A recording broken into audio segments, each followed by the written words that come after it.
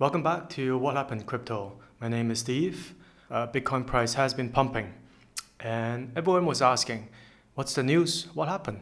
Your friends ask you, your dads ask you, your brother-in-law ask you, and you're like, "I don't know."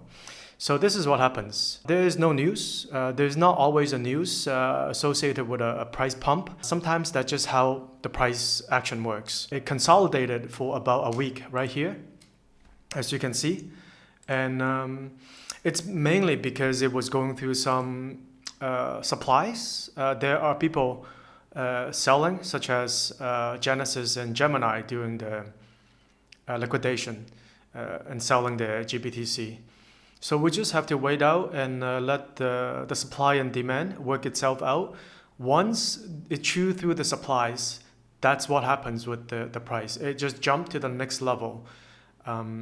So if we want to take a look at the supply and demand, we can take a look at the Bitcoin ETF. So take a look at the last couple of days on February 23, which is last Friday, and then February 26, which is Monday, and take a look at Grayscale. Grayscale is one of the biggest contributor to Bitcoin selling. And as you can see last week, they were selling a lot of Bitcoins. North of 100 million a day, 15, 16, 20th, 21st. And then we start to see some slowdown, right? On 22nd, 23rd, and yesterday. So those are the good signs fundamentally that tells us that the selling is slowing down. It's subsiding. And yesterday, it's actually marked the lowest point ever in the GBTC selling. And we can see it in this graph. GBTC daily flow. Ever since the GBTC ETF launch, yesterday, Monday, we had the smallest amount. So that's one clue that you can see the selling is less fundamentally. And that's why the Bitcoin price has a chance to move up, because it's buying up the supplies, and there's not enough supplies in the market, not enough selling in the market to keep Bitcoin at that 52,000 price level. So if it's not any news driven, what about in the futures market, which is mainly being used for speculation purposes?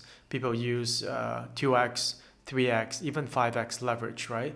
The open interest right now is very high.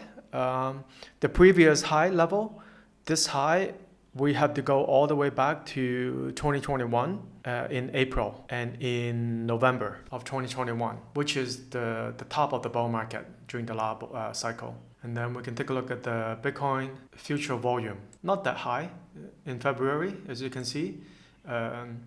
January is higher. We take a look at the funding rate, which is how much interest people are paying to go long. You can see historically, it's not that high.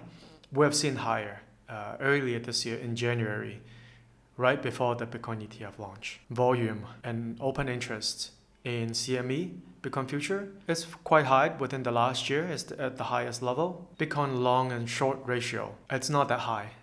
We have had higher in January, right before or right around the Bitcoin launch time. We have a lot more long than short. Right now, we're very close to 1. That means we have similar amount of long versus short. That means we're not too extreme in terms of people trying to go long. Yeah, so I think in general, we do have a large amount of volume and open interest, as you can see from these two charts. But if we take a look at the long and short ratio, we're not too extreme in terms of long and short.